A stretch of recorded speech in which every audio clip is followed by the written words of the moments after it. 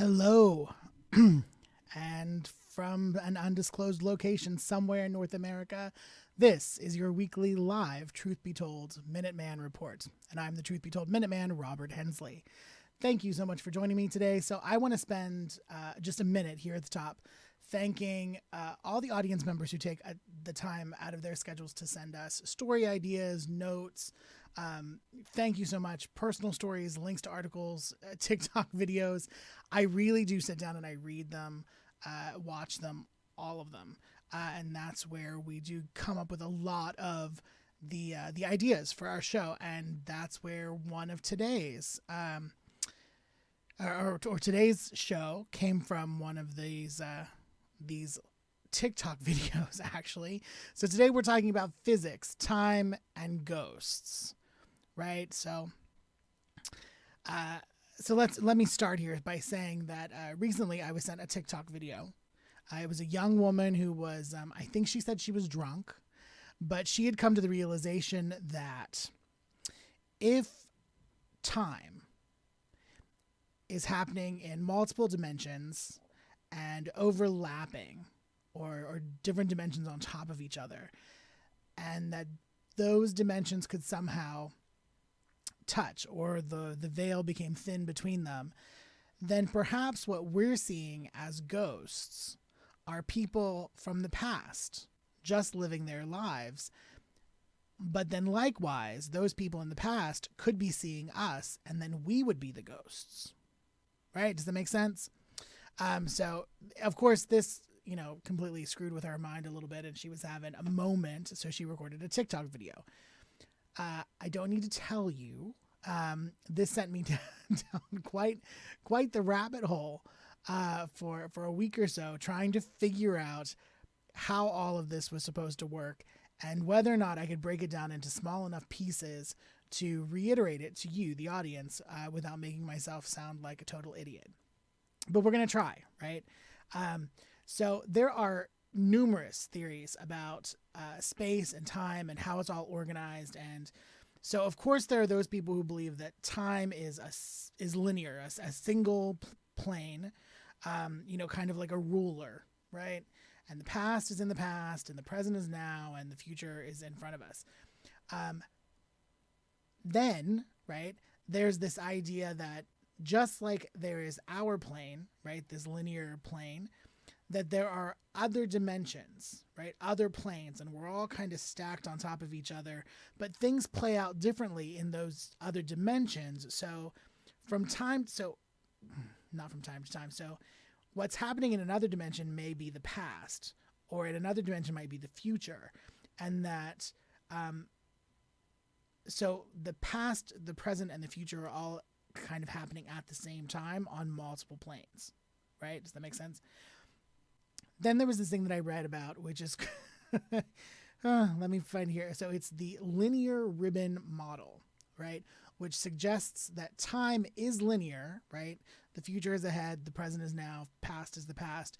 But unlike a flat, straight plane, right, like a flat earther kind of model, that this ribbon is kind of twirling down and kind of stacking upon itself, and that occasionally those pieces of the ribbon touch. And when that happens, then there creates a rift, and that is when we can see people in the past or people in the future, or there's this opportunity for what's happening to be seen, right, for these visions. So now I'm never going to be a quantum physicist, right? I was terrible at math. I didn't enjoy science that much. But and I have to tell you, reading about quantum theory and quantum physics and these ideas of time and space, and I mean, it's enough to make you twitch, really. So I don't know if we live in a multiverse.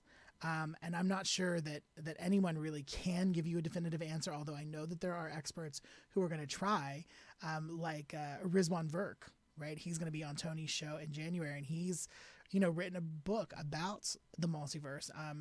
So I think that he might be a great person to question later on. But what I've learned about ghosts and about time, in this rabbit hole, right? There are a couple of things. So I'm going to try to break this down as simply as I can for you, right? So there's this woman, right? She's a chaplain, a grief counselor, and an author. Her name is Robin Renee Bridges. And she wrote this book called A Bridge of Love Between Heaven and Earth, Self-Induced Contact in the Afterlife. And in this book, she kind of comes out that there are two types of ghosts, right? Real and not real. Now, don't get angry at her for saying that, right? Because here's her explanation. The real ghosts are everywhere. They're in your home, in your car, in your school, and in your dreams.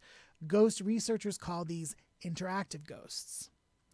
I call them soul ghosts or disincarnate souls.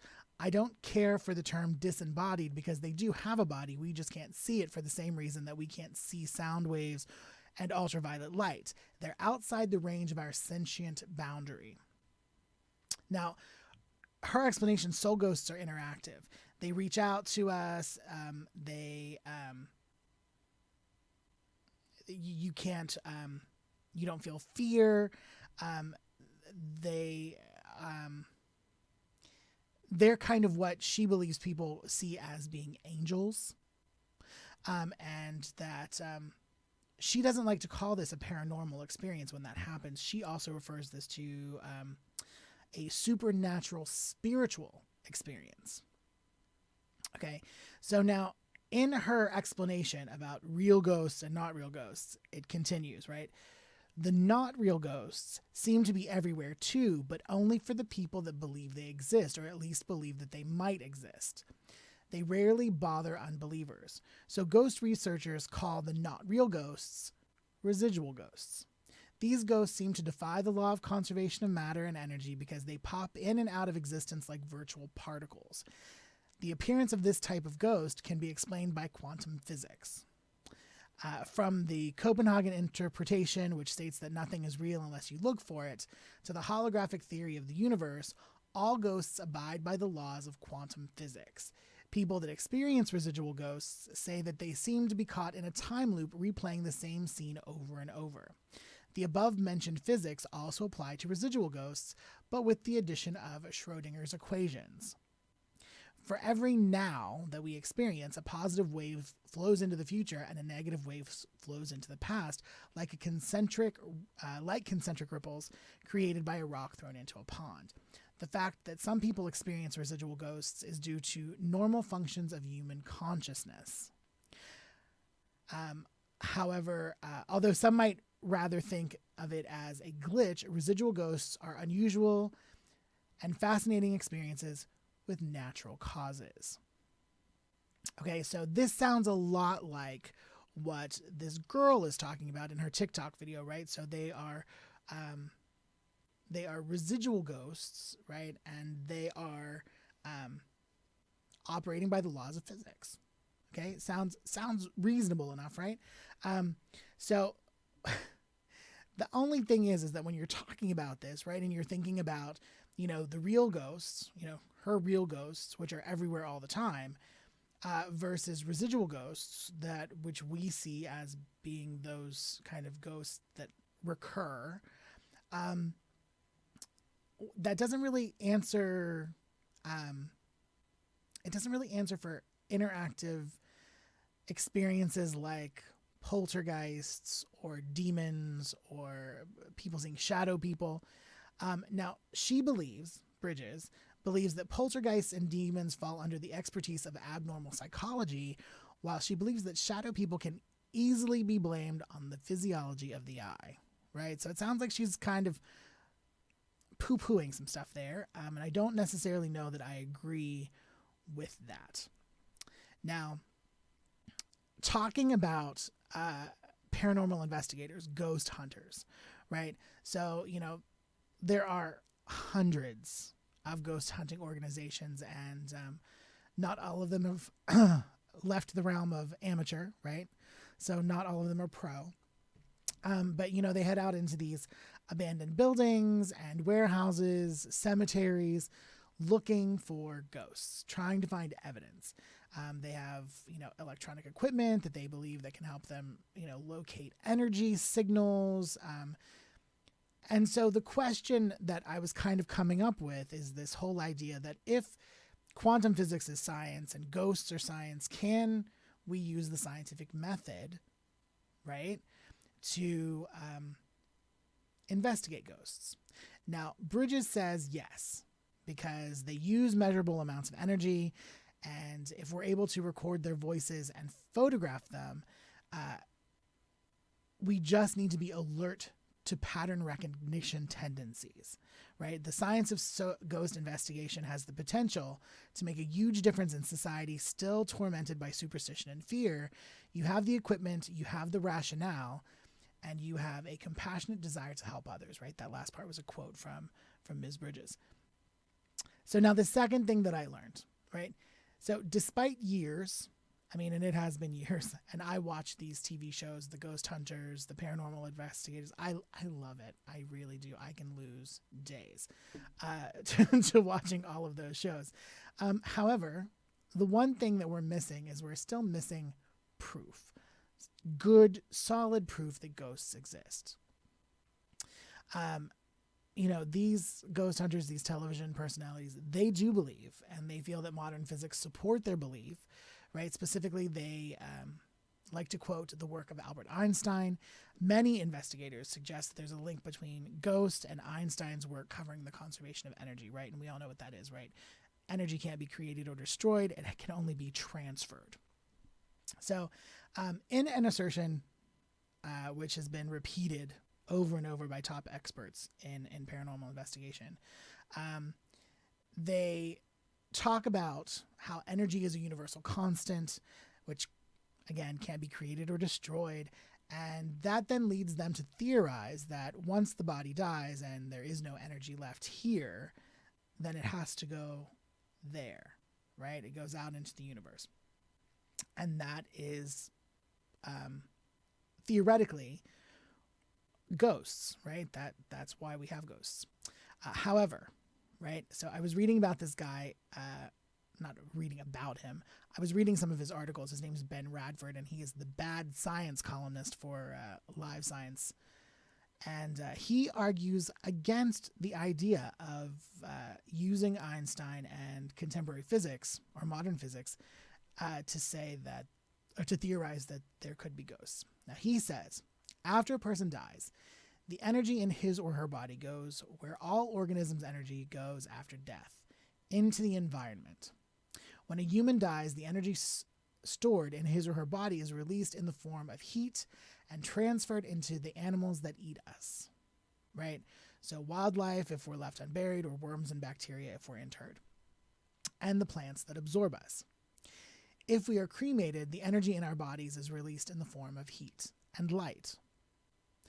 When we eat dead plants and animals, we are consuming their energy and converting it for our own use. Food is metabolized when digested, and chemical reactions release the energy the animal needs to live, move, reproduce, whatever. That energy does not exist in the form of a glowing, ghostly ball of electromagnetic energy, but rather in the form of heat and chemical energy. So then what of ghost hunters, right, who say that they can detect these electromagnetic fields created by ghosts, or, ghosts draining energy from batteries? Radford, in his articles, added that while the metabolic process of humans and other organisms do generate very low levels of electrical current, there are no longer any currents being generated when an organism dies, right? The energy source stops, like the electrical current stops when you turn off the light switch, right? The lights turn off. So if we think about energy transferring to the environment, specifically speaking, the energy of any dead being actually takes years to re-enter the environment, right, in the form of food. So that heat and light dissipate shortly after death, and then there's no detectable, energy source years later, right? So there wouldn't really be any energy there then for,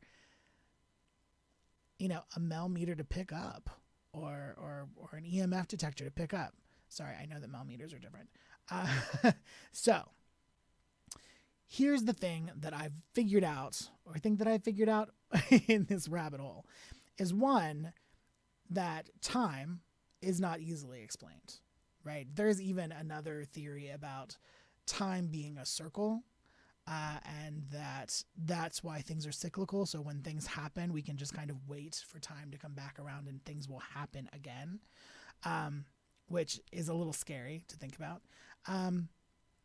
But we've also started thinking about the multiple planes of existence. And if the past and the present and the future can all exist at the same time, and if time or these planes could actually touch or overlap, then could there be a chance that what we see as ghosts, that they're also seeing us as being ghosts? Something to think about.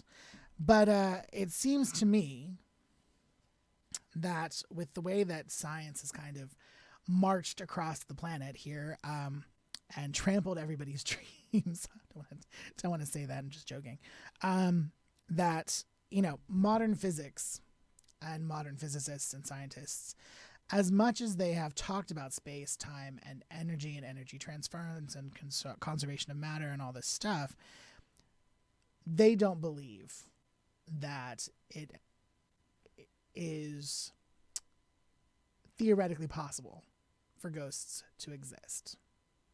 That sure as hell doesn't explain some of the experiences that we hear about. So I'll leave it up to you guys. What do you think? Thank you so much for joining me today for another live episode of Truth Be Told Minuteman Report. Again, I'm Robert Hensley, your Truth Be Told Minuteman. And until next time, right? Don't forget, every week there are 3 new forms of content coming to you from Truth Be Told. Me on Monday afternoons at 3 p.m., Bonnie Burkert with Truth Be Told Transformation on Wednesdays at 3, and of course Tony Sweet with the original Truth Be Told on Fridays at 3 p.m. as well. And and today is the anniversary, the 58th anniversary of the assassination of JFK. Go to our YouTube channel. Well, you're on our YouTube channel if you're watching me live, but check out Tony's video for kind of talking about JFK's assassination, which came out today, which is really cool.